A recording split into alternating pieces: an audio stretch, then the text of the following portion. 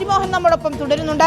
ഹരി, അത്യന്തം നാടകീയമായ നീക്കത്തിനൊടുവിലാണ് ഇപ്പോൾ രാഹുൽ മാങ്കൂട്ടത്തിനെ അറസ്റ്റ് ചെയ്തിരിക്കുന്നത്. പത്തനംതിട്ട എയർ ക്യാമ്പിലേക്ക് കൊണ്ടുപോകുന്നുവെന്നാണ് നമുക്ക് മനസ്സിലാക്കാൻ കഴിയുന്നത്. ഹരി,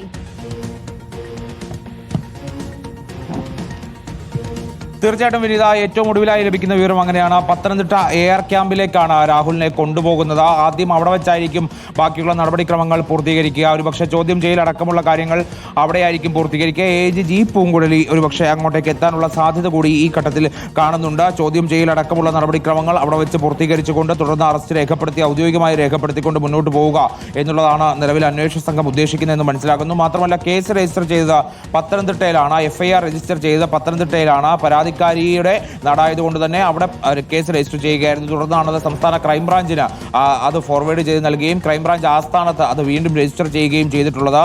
അതാണ് പ്രത്യേക സംഘം പിന്നീട് ഏറ്റെടുത്തത് എന്നുള്ളത് കൂടി നമുക്ക് ഈ ഘട്ടത്തിൽ മനസ്സിലാക്കാൻ കഴിയുന്നു. എന്തായാലും എയർ ക്യാമ്പിൽ വെച്ചായിരിക്കും ഇനിയുള്ള വളരെ നിർണായകമായിട്ടുള്ള ചോദ്യം ചെയ്യൽ ഒരുപക്ഷെ ഉണ്ടാവുക എന്ന് കൂടി മനസ്സിലാക്കുന്നു. പ്രത്യേകിച്ച് പോലീസിന്റെ കനത്ത സുരക്ഷ അവിടെ ഉണ്ടാകും. ഒരു തരത്തിലുള്ള മറ്റിടപെടലുകളും അല്ലെങ്കിൽ മാധ്യമപ്രവർത്തകരുടെ കൺമുന്നിലേക്ക് രാഹുലിനെ കൊണ്ടുവിടാൻ പോലീസ് ഉദ്ദേശിക്കുന്നില്ല എന്നുള്ളത് കൂടിയാണ് ഇത്തരത്തിലൊരു സാഹചര്യത്തിൽ നിന്ന് നമുക്ക് മനസ്സിലാക്കാൻ സാധിക്കുന്നത്. പാലക്കാട് നിന്ന് 12:30 കൂടി പുറപ്പെട്ട് പത്തനംതിട്ട എയർ ക്യാമ്പിലേക്കാണ് രാഹുലിനെ എത്തിക്കാൻ പോകുന്നത് അല്പസമയത്തിനുള്ളിൽ എന്നുകൂടി മനസ്സിലാക്കുന്നു. എന്തായാലും ജില്ലയിലേക്ക് പ്രവേശിച്ചിട്ടുണ്ട്.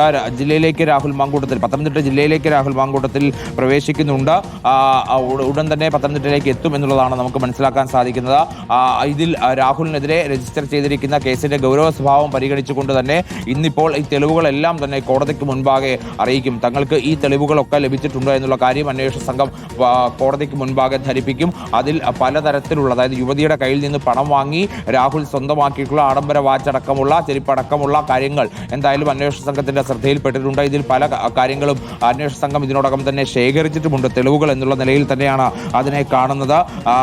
അത്തരത്തിലുള്ള കാര്യങ്ങൾ കൂടി പോലീസ് മുന്നോട്ട് വയ്ക്കും. അല്ലെങ്കിൽ അങ്ങനെ, അതായത് ലൈംഗികമായ അതിക്രമം നേരിട്ട ഒരു അതിജീവിതയിൽ നിന്ന് പണം വാങ്ങിക്കൊണ്ട് ആഡംബര ചെരുപ്പ് വാങ്ങുന്നു, ആ യുവതിയുടെ കയ്യിലുണ്ടായിരുന്ന ആഡംബര വാച്ച് കൈവശപ്പെടുത്തുന്നു. ഇത്തരത്തിൽ പല രീതിയിലാണ് രാഹുലിന്റെ കുറ്റകൃത്യം അരങ്ങേറിയത് എന്നുകൂടിയാണ് നമുക്ക് മനസ്സിലാക്കാൻ സാധിക്കുന്നത്.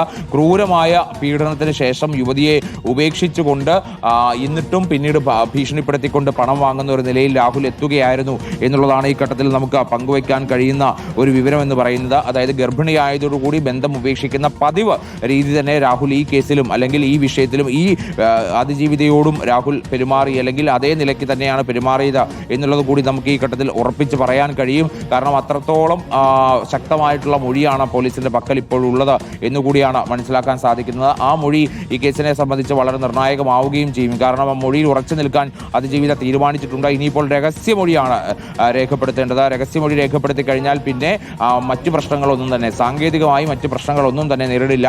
ആ പരാതിയിൽ ഉറച്ചു നിൽക്കുന്നു എന്നുള്ളതിന്റെ അർത്ഥം കൂടിയാകും ആ രഹസ്യമൊഴി രേഖപ്പെടുത്തൽ എന്നുള്ളതാണ്. പക്ഷെ നിലവിൽ പര്യാപ്തമാണ് ഈ മൊഴി, അറസ്റ്റ് രേഖപ്പെടുത്തുന്നതിന് ഈ മൊഴി പര്യാപ്തമാണ് എന്നുള്ള തിരിച്ചറിവ് ബോധ്യത്തിന്റെ അടിസ്ഥാനത്തിൽ കൂടിയാണ് അന്വേഷണ സംഘം ഇപ്പോൾ ഈ നീക്കത്തിലേക്ക് കടന്നിരിക്കുന്നത് എന്നുള്ളതാണ്. അടുത്ത ഘട്ടമായി രഹസ്യമൊഴി രേഖപ്പെടുത്തുക എന്നുള്ളതാണ് ഉദ്ദേശിക്കുന്നത്. ആദ്യ കേസിൽ ആ രഹസ്യമൊഴി രേഖപ്പെടുത്തിയിരുന്നു. പക്ഷെ രണ്ടാമത്തെ കേസിൽ അതിജീവിതയ്ക്ക് ഏറെ മാനസികമായിട്ടുള്ള സമ്മർദ്ദം ഉണ്ടായിരുന്നു. ആ സമ്മർദ്ദത്തിന് കാരണം സാമൂഹ്യ മാധ്യമങ്ങളിൽ കൂടി ആദ്യ കേസിലെ അതിജീവിതയുടെ ഐഡന്റിറ്റി വെളിപ്പെടുത്തുന്ന നിലയിലേക്ക് രാഹുലിന്റെ അനുയായികൾ, രാഹുലിനെ പിന്തുണയ്ക്കുന്നവരൊക്കെ തന്നെ ഒരു പോസ്റ്റുകൾ സാമൂഹ്യ മാധ്യമങ്ങളിൽ നിരന്തരമായി പോസ്റ്റുകൾ ഇടുന്നുണ്ടായിരുന്നു.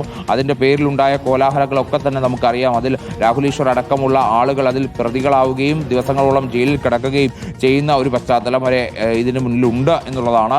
അങ്ങനെ ഒരു സാഹചര്യം നിലനിൽക്കുമ്പോൾ രണ്ടാമത്തെ കേസിലെ അതിജീവിതയ്ക്ക് ഈ പരാതിയുമായി മുന്നോട്ട് പോകുന്നതിൽ തന്റെ ഐഡന്റിറ്റി പുറത്തേക്ക് വരുമോ എന്നൊക്കെയുള്ള ചില സംശയങ്ങൾ, ചില ഭയങ്ങൾ ഉണ്ടായിരുന്നു. ആ ഭയം മുൻനിർത്തിക്കൊണ്ടാണ് അന്ന് ആ സമയത്ത് അതിജീവിത അന്വേഷണ സംഘത്തോട് ഈ വിഷയത്തെക്കുറിച്ചൊക്കെ സംസാരിച്ചത്.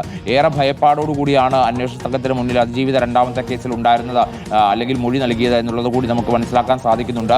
അതായത് ആദ്യം അന്വേഷണ സംഘത്തിന്റെ ഒരു സംഘം മൊഴിയെടുക്കാൻ പോകുന്ന ഘട്ടത്തിലൊക്കെ തന്നെ തനിക്ക് മൊഴി നൽകാൻ ഇപ്പോൾ പറ്റില്ല, തനിക്ക് തൻ്റെ വീട്ടിൽ ഇന്ന ആൾക്കാർ മാത്രമാണുള്ളത്, തനിക്ക് അതുകൊണ്ട് വലിയ പേടിയുണ്ട്, തൻ്റെ ഐഡൻറ്റിറ്റിയും വെളിപ്പെടുത്തി കഴിഞ്ഞാൽ താൻ സമൂഹത്തിൽ ഒറ്റപ്പെട്ടു പോകും തുടങ്ങിയ കാര്യങ്ങളൊക്കെ തന്നെ അതിജീവിത പറയുകയുണ്ടായി. ഇക്കാര്യം പിന്നീട് രാഹുലിൻ്റെ മുൻകൂർ ജാമ്യത്തെ എതിർക്കുന്നതിന് വേണ്ടി പ്രോസിക്യൂഷനും കോടതിയെ ധരിപ്പിച്ച ഔദ്യോഗികമായിട്ടുള്ള ഭാഷ്യവും കൂടിയാണത്.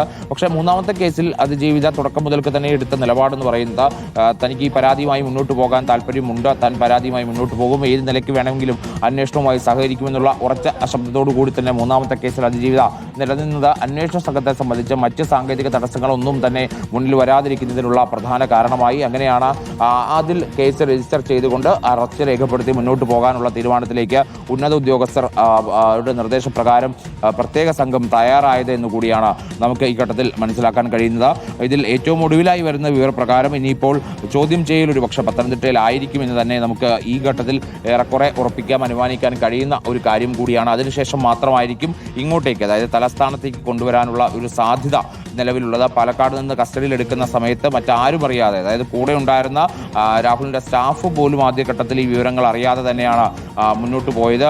ഏകദേശം ഒരു മണിക്ക് ശേഷമാണ് ഈ പറയുന്ന വിവരം മറ്റുള്ളവർ, അതായത് രാഹുലിൻ്റെ സ്റ്റാഫ് അടക്കമുള്ള ആളുകൾ ഈ വിവരം അറിയുകയും തുടർന്ന് രാഹുലിൻ്റെ അഭിഭാഷകനെ ബന്ധപ്പെടുകയും ഒക്കെ ചെയ്ത് രാഹുലിൻ്റെ അഭിഭാഷകൻ രാത്രിയിൽ ഉടനീളം ഈ കേസുമായി ബന്ധപ്പെട്ട വിവരങ്ങൾ അറിയാൻ കഴിയുമോ എന്നുള്ള ഒരു അന്വേഷണത്തിലായിരുന്നു. പക്ഷേ പോലീസിനെ സംബന്ധിച്ച് അത് വളരെ രഹസ്യ സ്വഭാവത്തിൽ സൂക്ഷിച്ചിരുന്നതാണ്. അതായത് കോടതിക്ക് മുന്നിൽ മാത്രമേ ഈ പോലീസ് ഈ കാര്യങ്ങളൊക്കെ തന്നെ വെളിപ്പെടുത്തുകയുള്ളൂ എന്നുള്ള ഒരു നിർബന്ധത്തിലായിരുന്നു.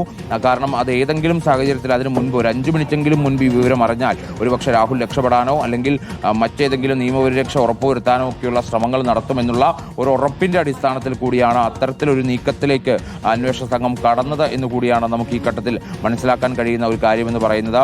അതുകൊണ്ടാണ് ഹോട്ടലിലേക്ക് ചെല്ലുന്ന സമയത്ത് കൂടെ ഈ കസ്റ്റഡിയിലെടുക്കാൻ പോകുന്ന ഉദ്യോഗസ്ഥർക്ക് പോലും ആ വിവരം ഒരു കാരണവശാലും അറിയാൻ പാടില്ല എന്നുള്ള ഒരു നിർദ്ദേശം മേലുദ്യോഗസ്ഥരുടെ ഭാഗത്തുനിന്ന് ക്രൈംബ്രാഞ്ച് ADGP H വെങ്കടേഷിൻ്റെ ഭാഗത്തുനിന്ന് ഉണ്ടായിട്ടുള്ളത്. അതുകൊണ്ട് തന്നെയാണ് അതിൽ കസ്റ്റഡിയിലെടുത്ത, അതായത് ഒരു വലിയ സംഘം ഉദ്യോഗസ്ഥർ, 8-9 അംഗ സംഘ ഉദ്യോഗസ്ഥരാണ് അവിടെ എത്തിക്കൊണ്ട്, വനിതാ ഉദ്യോഗസ്ഥരടക്കം എത്തിക്കൊണ്ട് ഈ രാഹുലിനെ കസ്റ്റഡിയിലെടുക്കുന്ന ഒരു നടപടി ഉണ്ടായത്. ആദ്യം അവരോടൊപ്പം വാഹനത്തിൽ കയറാനൊന്നും തന്നെ രാഹുൽ തയ്യാറായിരുന്നില്ല. അതിന് ചില തടസ്സങ്ങളൊക്കെ തന്നെ മുന്നോട്ട് വെച്ചു. പക്ഷേ ഈ കേസിൽ നിന്ന് അത്ര പെട്ടെന്ന് ഊരാൻ കഴിയില്ല. അത് അന്വേഷണത്തോട് സഹകരിക്കാതിരുന്നാൽ ഒരുപക്ഷെ തിരിച്ചടിയായേക്കും എന്നുള്ള ബോധ്യത്തിൻ്റെ അടിസ്ഥാനത്തിൽ കൂടിയാവാം രാഹുൽ പോലീസിനോടൊപ്പം പിന്നീട് വാഹനത്തിൽ കയറുകയും ഇങ്ങോട്ടേക്ക് പുറപ്പെടുകയുമായിരുന്നു. ആ വാഹനമാണ് ഇപ്പോൾ പത്തനംതിട്ടയിലേക്ക് പ്രവേശിക്കുന്നു എന്നുള്ള വിവരം നമുക്ക് ഏറ്റവും ഒടുവിലായി പങ്കുവയ്ക്കാൻ കഴിയുന്നത്.